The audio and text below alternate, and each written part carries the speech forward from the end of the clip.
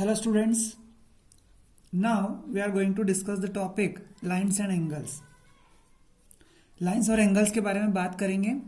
शुरुआत करेंगे बेसिक से. देखिए, if we will understand the starting of geometry, then the smallest unit of geometry is a point, a dot. If you will make a dot on a blank paper, then we can say that it is a dot or a point, and this is the smallest unit of geometry. इस point से फिर जब आप धीरे धीरे बहुत सारे points आप बनाते हैं और इन सारे पॉइंट्स को आप एक साथ ज्वाइन कर देते हैं, so this will make a line. Okay, अगर आप किसी इस तरीके से सारे पॉइंट्स को जोड़ने के बाद आप अगर इसके दोनों कॉर्नर्स पे इस तरीके से एरो का साइन लगाते हैं तो ये एक लाइन होती है. ये एरो के साइन बताते हैं कि आप इसे दोनों डायरेक्शन में एक्सटेंड कर सकते हैं और कितना भी एक्सटेंड कर सकते हैं, क्योंकि इसकी कोई एक फिक्स्ड लेंथ नहीं है. लेकिन जब आप इसकी एक फिक्स्ड लेंथ बता देते हो, सपोज 5 सेंटीमीटर, आप इसको नाम दे देते हो यहाँ पर ए बी. ये ए इसका इनिशियल पॉइंट और बी इसका टर्मिनेटिंग पॉइंट अगर हो जाएगा तो ये एक लाइन सेगमेंट हो जाता है.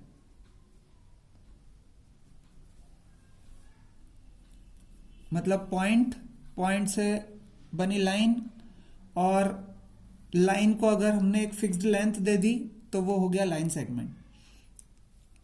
यहां एरो का साइन इसलिए नहीं लगाया है क्योंकि आप इसको एक्सटेंड नहीं कर सकते हो दोनों डायरेक्शन में.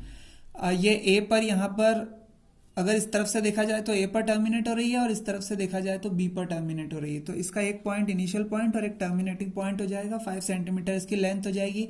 एक पर्टिकुलर लेंथ है, इसलिए इसको एक डेफिनेट लेंथ है, इसलिए इसको लाइन सेगमेंट हमने कहा. अब इसमें एक और फिगर होता है जिसमें एक साइड एरो होता है और एक तरफ उसका टर्मिनेटिंग पॉइंट होता है. ठीक है, इसको हम रे बोलते हैं.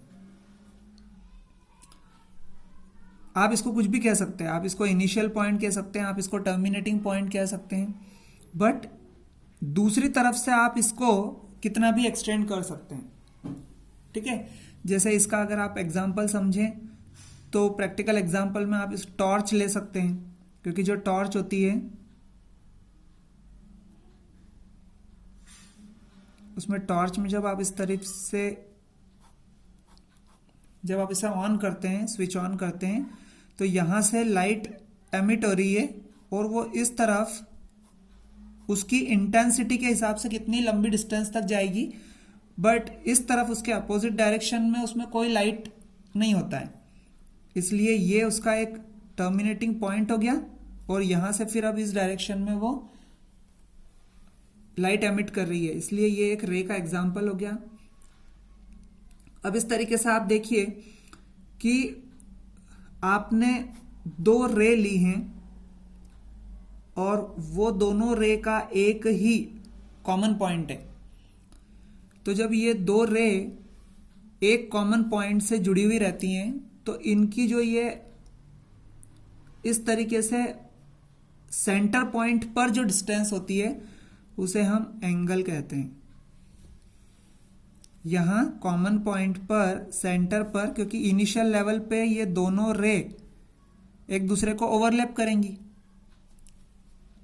और ओवरलैप करने के बाद फिर इस तरफ से एक दूसरी रो जो है, ये फर्स्ट रो है और ये दूसरी रो है, उसके ऊपर ओवरलैप कर रही है.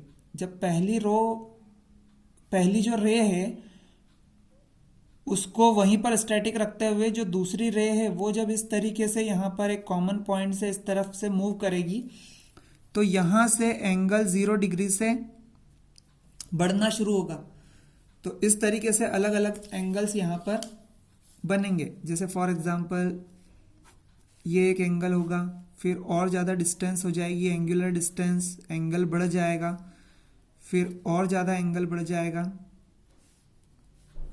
ठीक है, फिर और ज़्यादा एंगल बढ़ जाएगा और इस तरीके से एंगल्स बढ़ते रहेंगे। तो वो अभी एंगल्स के बारे में बात करेंगे, लेकिन यहाँ पर अभी बात लाइन से शुरू हुई थी और धीरे धीरे धीरे धीरे फिर आप दो रे को अगर यूज कर लेते हो तो फिर एंगल बनना शुरू हो जाता है। आप जब कोई भी एंगल बनाते हो तो एंगल बनाने में अगर ये एंगल 45 डिग्री है तो ये जो दोनों रे हैं इनकी लेंथ से एंगल पर कोई फर्क नहीं पड़ता है। ये अभी भी 45 डिग्री का एंगल ही रहेगा, चाहे आपने उसमें यूज होने वाली रेज जो हैं जिनसे वो एंगल बन रहा है उसकी लेंथ आप कितनी भी बढ़ा दो उससे कोई फर्क नहीं पड़ेगा। इसलिए ये सभी एंगल्स जो हैं ये सभी एंगल्स क्या होंगे, 45 डिग्री के होंगे। अब यहाँ पर एंगल्स के केस में हमें देखना होगा कि एंगल्स किस किस तरह के हो सकते हैं।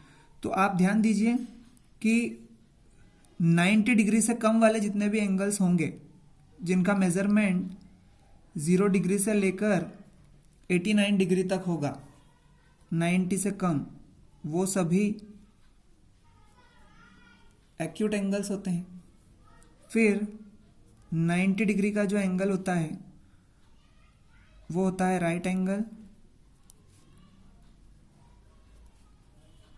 फिर 90 से ग्रेटर मीन्स अब वो पॉइंट में भी हो सकता है, लेकिन मैं यहाँ पर 91 डिग्री ले रहा हूँ। 91 डिग्री से लेकर 179 डिग्री तक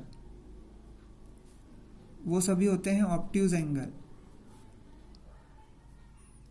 यानी आप इसको इजी भाषा में यहाँ पर समझ सकते हैं easily, that all angles which is greater than 90, जो ग्रेटर देन 90 है और लेस देन 180 है, 90 से बड़े और 180 से छोटे, ऐसे सारे एंगल्स जो हैं वो ऑब्ट्यूज एंगल्स हो जाएंगे। एग्जैक्टली 90 डिग्री को राइट एंगल कहेंगे और 90 से जितने भी छोटे हैं 0 से लेकर 90 तक वाले वो सभी एक्यूट एंगल्स हो जाएंगे। फिर आप अगर इससे ऊपर जाएंगे तो 180 डिग्री का जो एंगल होता है वो स्ट्रेट एंगल होता है। क्यों उसे स्ट्रेट एंगल बोलते हैं? क्योंकि 180 पे एक पूरी लाइन बन जाती है, इसलिए उसे स्ट्रेट एंगल कहते हैं। जब आप यहाँ से इनिशिएटिव करते हो और धीरे धीरे एंगल बढ़ते बढ़ते बढ़ते दोनों रेज एक दूसरे के अपोजिट हो जाती हैं तो वो एक लाइन बना लेती हैं, और एक लाइन बना लेती हैं तो वो वहाँ पर 180 डिग्री का एंगल बनता है, इसलिए इसे स्ट्रेट एंगल कहते हैं। अब जब 180 डिग्री से ग्रेटर एंगल होता है मीन्स आप 181 डिग्री से, तो इसे 359 तक मान सकते हैं, मतलब लेस देन 360। सो आप कह सकते हैं कि greater than 180 and less than 360, ये जो एंगल्स होते हैं इन सभी एंगल्स को रिफ्लेक्स एंगल्स कहते हैं, और जो एग्जैक्टली 360 डिग्री का एंगल होता है उसे कंप्लीट एंगल कहते हैं। एक बात और यहाँ पर मैं आपको बताना भूल गया कि इसे आप 1 डिग्री मान सकते हैं, क्योंकि 0 डिग्री वाले एंगल को जीरो एंगल कहते हैं। तो 1 डिग्री से लेकर मतलब लेस देन, अब लेस देन अगर 90 से कम है तो 90 से कम 0 तो होगा नहीं, क्योंकि 0 होगा तो फिर उसे जीरो एंगल ही कहेंगे, एक्यूट एंगल नहीं कहेंगे। इसलिए 0 angle, then acute angle, then right angle, then obtuse angle, then straight angle, reflex angle and then complete angle, ये सभी हो जाएगा। तो ये इस तरीके से होता है। मैं आपको यहाँ पर बताना चाहूँगा कि these two rays are overlapping each other। जब यहाँ से शुरुआत होगा तो ये होगा 0 एंगल, फिर ये एंगल होगा एक्यूट एंगल, देन ये होगा राइट एंगल,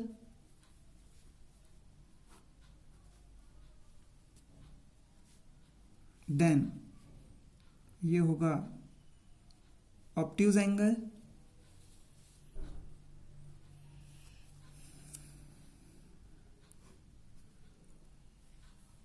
देन ये होगा स्ट्रेट एंगल,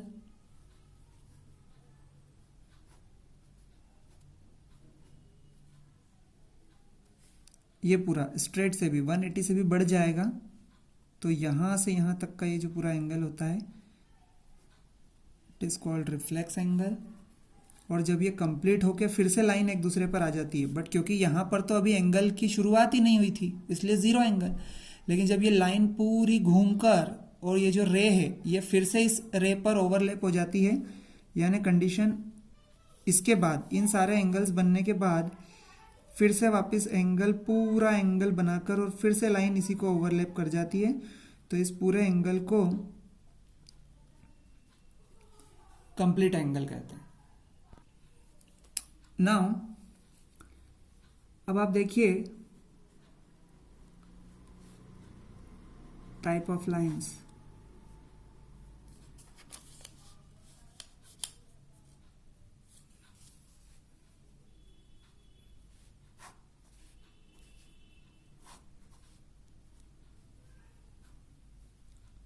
जब दो लाइन एक पॉइंट पर एक दूसरे को इंटरसेक्ट करती है तो उसे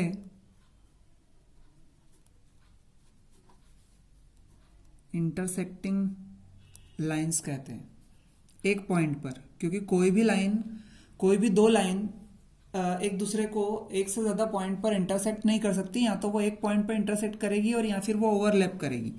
कभी ऐसा नहीं होगा कि दो लाइन एक दूसरे को 2 पॉइंट पर या 3 पॉइंट पर या 4 पॉइंट पर इंटरसेक्ट कर रही हैं। या तो वो एक दूसरे को एक पॉइंट पर इंटरसेक्ट करेंगी और या फिर वो ऐसी ओवरलैप हो जाएंगी।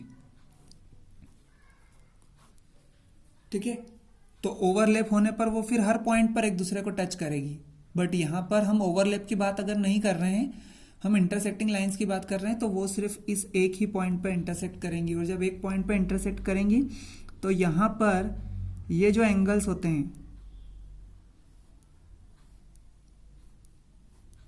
ये वर्टिकली अपोजिट एंगल होते हैं, और ये वर्टिकली अपोजिट एंगल आपस में इक्वल होते हैं। मतलब इसका मतलब ये है कि अगर ये दोनों लाइन एक दूसरे को इंटरसेक्ट कर रही हैं और अगर मैं कह रहा हूं कि ये एंगल 50 डिग्री है, तो इसका मतलब ये एंगल भी 50 डिग्री होगा, वर्टिकली अपोजिट एंगल, वर्टिकली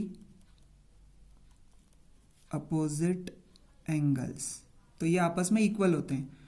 और अगर मैं इस एंगल की बात करूं तो अब क्योंकि ये 50 है और यहां पर एक स्ट्रेट लाइन है, और स्ट्रेट लाइन पे अभी मैं आपको बताऊंगा, ये जो स्ट्रेट लाइन होती है ये पूरा कंप्लीट 180 की होती है।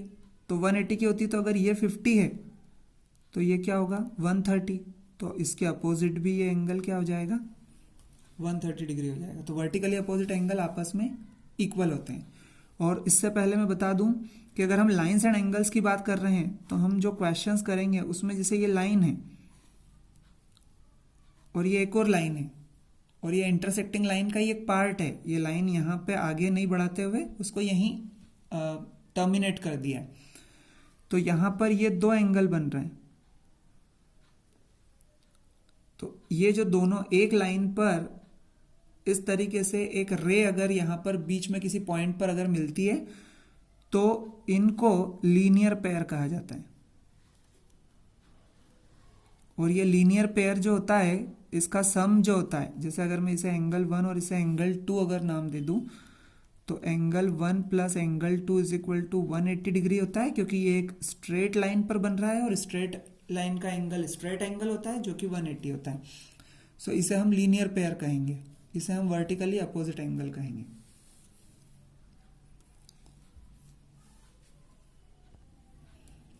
ऐसे ही अगर इस तरीके से दोनों लाइन हैं वो एक दूसरे को इंटरसेक्ट कर रही हैं, बट यहाँ पर 90 डिग्री का एंगल अगर बना रही हैं, तो इन लाइंस को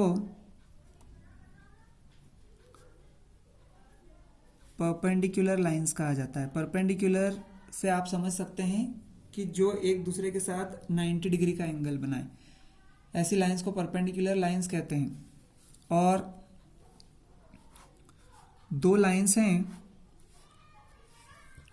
और वो अगर एक दूसरे को किसी भी पॉइंट पर इंटरसेक्ट नहीं करती है, मीन्स अगर इन्हें आगे एक्सटेंड भी किया जाए, देखिए ये लाइन ही बना रहा हूं मैं, तो इसका मतलब है कि इसे एक्सटेंड कर सकते हैं। जब आप इसे आगे एक्सटेंड करेंगे, इस लाइन को भी आगे एक्सटेंड करेंगे, और ये अगर किसी भी पॉइंट पर कभी भी एक दूसरे को इंटरसेक्ट न करें तो इन्हें हम पैरेलल लाइंस कहते हैं, क्योंकि ये किसी भी पॉइंट पर एक दूसरे को इंटरसेक्ट नहीं करती हैं। तो लाइन के 3 टाइप आपको ध्यान में रखना है। इंटरसेक्टिंग लाइंस, जो दोनों लाइन एक दूसरे को एक सिंगल पॉइंट पर इंटरसेक्ट करती हैं, वो इंटरसेक्टिंग लाइंस होती हैं। जो किसी भी पॉइंट पे एक दूसरे को इंटरसेक्ट नहीं करती, वो पैरेलल लाइंस होती हैं। और जो एक दूसरे को 90 डिग्री के एंगल पर इंटरसेक्ट करती है, मतलब दो लाइंस जो एक दूसरे के साथ 90 डिग्री का एंगल बनाती हैं, उन्हें परपेंडिकुलर लाइंस कहते हैं। यहाँ पर हमने दो इंटरसेक्टिंग लाइंस के बीच में वर्टिकली अपोजिट एंगल्स भी देखे, और दो इंटरसेक्टिंग लाइन के बीच यहाँ पर एक लाइन और एक रो के बीच में हमने यहाँ पर लीनियर पेयर भी देखा, जिसका सम क्या होता है, 180 डिग्री होता है, जो कि हमें आगे क्वेश्चन समझने में बहुत हेल्पफुल रहेगा। आइए दो रूल्स देख लेते हैं। There are 2 rules, important rules. The sum of all angles formed on the same side of a line is 180 degree. एक लाइन है,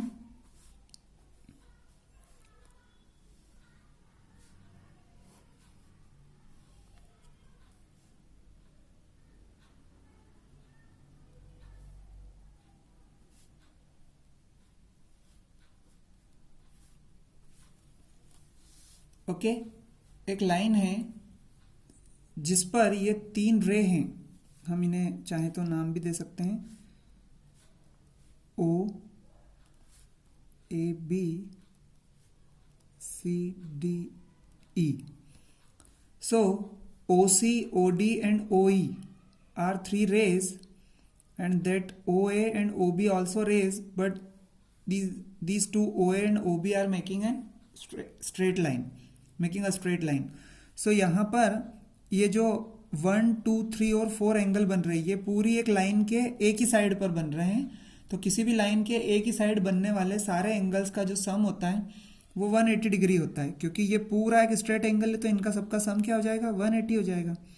तो angle 1 plus angle 2 plus angle 3 plus angle 4 is equal to 180 degree हो जाएगा।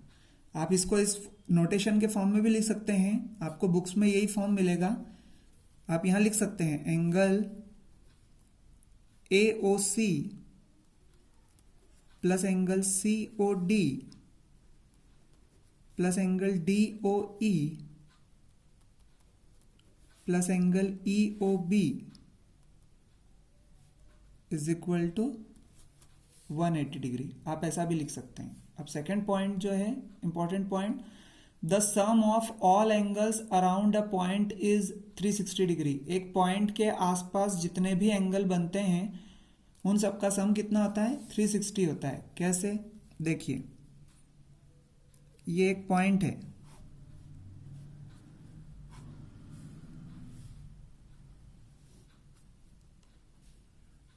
मान लीजिए ये सभी angles बन रहे हैं यहाँ पर 1, 2, 3, 4, 5 एंड 6। तो क्योंकि ये एक पॉइंट के आसपास बन रहे हैं सभी एंगल्स, एक पूरे कंप्लीट एंगल के फॉर्म में बन रहे हैं, तो आपको खुद को दिख रहा है कि ये पूरा एक कंप्लीट एंगल बन रहा है। So angle 1 plus angle 2 plus angle 3 plus angle 4 plus angle 5 plus angle 6 is equal to 360 degree हो जाएगा, क्योंकि ये सभी एंगल्स मिलके एक पूरा कंप्लीट एंगल बना रहे हैं, इसलिए इनका सबका सम क्या हो जाएगा, 360 डिग्री हो जाएगा। इस तरह से जब किसी क्वेश्चन में यहाँ पर पूरे कंप्लीट एंगल के फॉर्म में 1, 2, 3, 4, 5 एंगल्स अगर बन रहे होते हैं तो हम इनको ऐसा लिख सकते हैं। देखिए angle 1 plus angle 2 plus angle 3 plus angle 4 plus angle 5 is equal to 360 degree, और उसे नोटेशन के फॉर्म में भी लिख सकते हैं, जैसे एंगल्स के नेम दिए हुए। तो यहाँ पर अगर मैं एंगल 1 की बात करूँ तो EOA angle E O A plus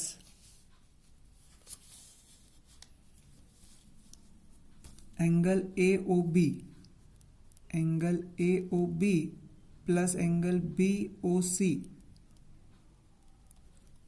plus angle C O D plus angle D O E is equal to 360। आपको बुक्स में यही फॉर्म मिलेगा, लेकिन आप क्वेश्चन में इस तरीके से यहाँ पर एंगल 1 एंगल 2 लेके भी इसको इजीली सॉल्व कर सकते हैं, इसमें कोई प्रॉब्लम नहीं है।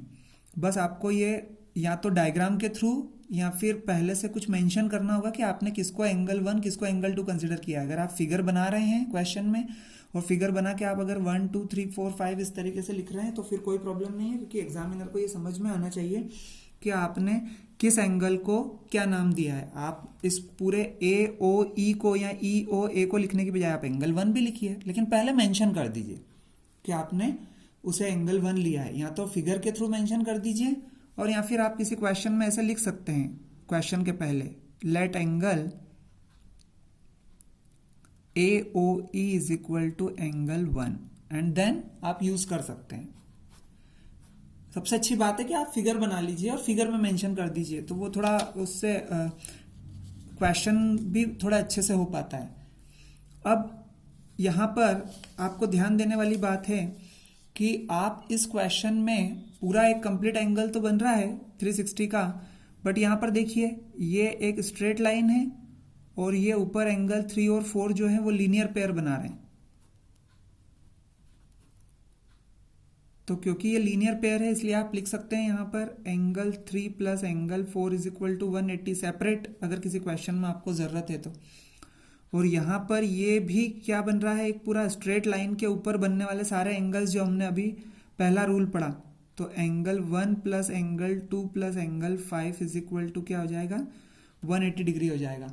तो आप किसी भी क्वेश्चन में हमारी ज़रूरत के हिसाब से, नेसेसिटी के हिसाब से हम यहाँ पर चाहे तो लीनियर पेयर लगा लें, चाहे यहाँ पर एक सिंगल पॉइंट पर स्ट्रेट लाइन पर बनने वाले सारे एंगल्स का सम 180 कर दें, या फिर पूरे सारे कंप्लीट एंगल्स का सम 360 हो जाए, ऐसा हम क्वेश्चन में यूज़ कर सकते हैं।